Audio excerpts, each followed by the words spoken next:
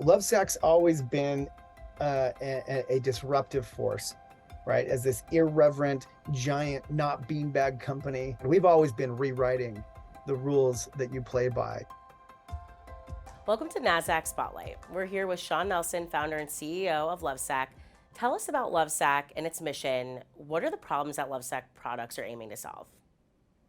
Look, Lovesac began with giant beanbag chairs, just looking to make people's lives more comfortable, but parlayed that into our couches, Sactionals that have solved 19 problems that people have. Just getting your couch down a hallway, up a staircase. It's modular, movable, changeable, washable, lovable. It can be with you for the rest of your life because it was built to last a lifetime, but can evolve with you as your life changes. And we're really proud of everything that's brought to the brand and everything it portends for our future. To that end, making products in that way, our stated purpose is to inspire humankind to buy better stuff so they can buy less stuff. This is coming from a company that makes stuff, but we really intend you to own your Sactionals for the rest of your life, add to them, grow them, change them 100 times if you want, not just rearranging, but change the covers, wash them in the washing machine. And that represents how we will approach all product categories in the future and eventually teach our customers through the interaction of with their couch that they can buy better stuff to buy less. Now, Lovesac's commitment to ESG is fundamental in how you operate your business and create value for your stakeholders. Can you tell us about how you're trailblazing in ESG within your industry? Absolutely. I mean, again, starts with sustainability, but beyond the buzzword, which has kind of been associated with being green, we are out to make things that can actually sustain, be with you for a very, very long time, which is the most sustainable way to approach anything. We also, by the way, recycle uh, plastic bottles now in the hundreds of millions because all of our upholstery fabric is made from 100% recycled bottles, and couches are huge. So we're talking millions and millions of meters of this only plastic bottle fabric, absorbing it out of the waste stream. Proud of that. So, from a sustainability standpoint, from, on the environmental side, on the social side, really looking to make dramatic changes, not just to our own supply chain, but to the way that you even think about supply chains. If you fundamentally understand what we're doing here, creating huge demand and volume for a limited number of standardized pieces, it's demand for sameness, not just newness. New season, new collection, out with the old, in with the new. It's actually, so theoretically, we could be manufacturing these things even more sustainably, closer to the end user, perhaps even with robots, allowing us to deliver over short distances, lower carbon footprint. That's everything that this business model portends. So making great headway on that front, and on the social front, building a great culture, not just for those that we employ, let's say in the factories, but in the company, as well as on the front lines. We get to employ more than 1,000 people in our showrooms, and we love that family and love what a people-focused company it has to be in order to deliver these somewhat complex products.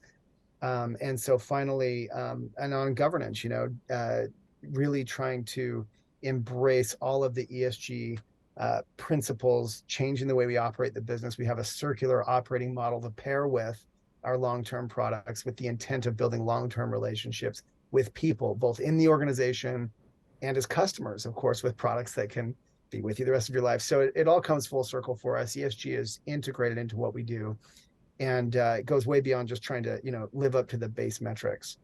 You have a lot to celebrate as you approach your 25th company anniversary and 5th listing anniversary on Nasdaq. Tell us about your journey, starting from your parents' basement to being listed on Nasdaq. What do each of these milestones mean to you? Lovesac is a saga.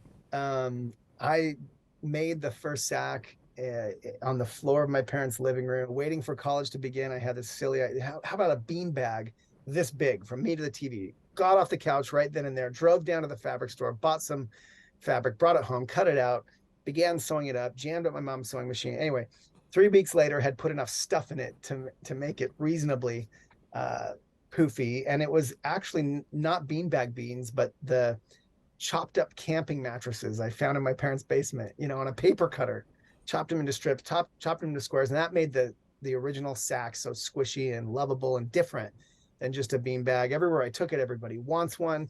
And it led to chapter one of the business, as a side hustle through college. Eventually, our first store in Salt Lake City, Utah in 2001, which to our surprise worked. We were just trying to, pay off the factory equipment we had to buy along the way.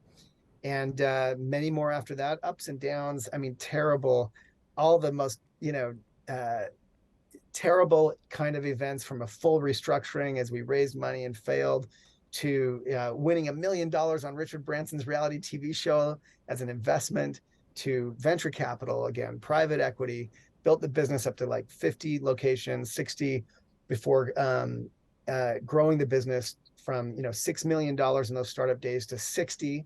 Chapter three then took us public in 2018 on about 100 million in sales.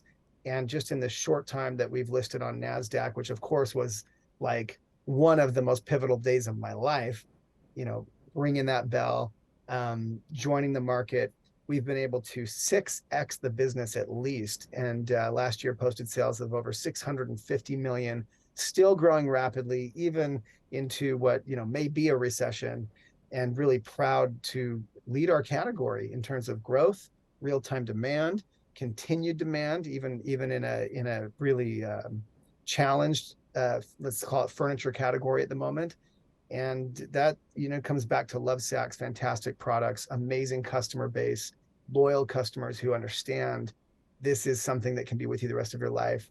This is a brand that will be here for another 25 years, which really helps them have confidence in our lifetime guarantees and everything that we stand for and intend to stand for as the most sustained hyphenable brand in all of the home category. That's awesome. And do you still have the original Lovesac? I have to ask. I don't have the original Lovesac because those 3 years in college where it was a side hustle, this silly business was almost a pain in my butt. I wanted to close it and take a real job at the end of university, but we somehow kept getting bigger and bigger orders.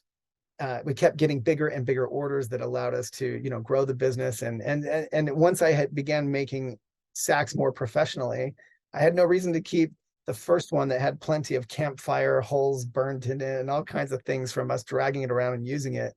But had I known what Lovesac might become, I might have put it under glass and kept it somewhere. So, part of your 25th anniversary is the idea of rewriting rules of comfort. Tell us about that. What role does innovation play in your product strategy? And how does that permeate within company culture? Absolutely. Lovesac's always been a disruptive force, right? As this irreverent, giant, not beanbag company. And here we, graduate into couches and take more than a decade to kind of figure out how to make that work and parlay it into being a really credible home furnishings brand. We've always been rewriting the rules that you play by. I think we were running a DTC playbook, shipping couches via FedEx a decade before the DTC revolution began, and really have come up the hard way. Really, really proud of that. To that end, our rewriting of those rules of comfort comes down to our core philosophy at Lovesac called Designed for Life. Again, making things that are built to last a lifetime and that can evolve with you as life changes. That infiltrates our culture. We have only long-term thinking here at Lovesac, only long-term visions, plans, and ambitions. And that really changes the way I think that we can build relationships with our employees as they think about their long-term careers here. And we have so many decade plus employees here still at Lovesac that have seen us through thick and thin. It changes the way we innovate and create product, of course, and really changes our overall corporate strategies, to when you have such a long-term point of view, not just on your strategy, but on the product itself, married with long-term services. In other words, ways that we can interact with you and eventually make those products go further, last longer, trade in, trade up, upgrade. All of this is coming down the pike, and really expanding into the realms where home, overlaps with technology, as evidenced by Stealth Tech, our latest launch. So you talk about comfort. Turn on your TV with your own remote. Unbeknownst to you, invisibly, your couch powers up and surrounds you with Harman Kardon audio fronts and rears. In the Sactionals I'm sitting in right here, you'd have no idea because it's invisible.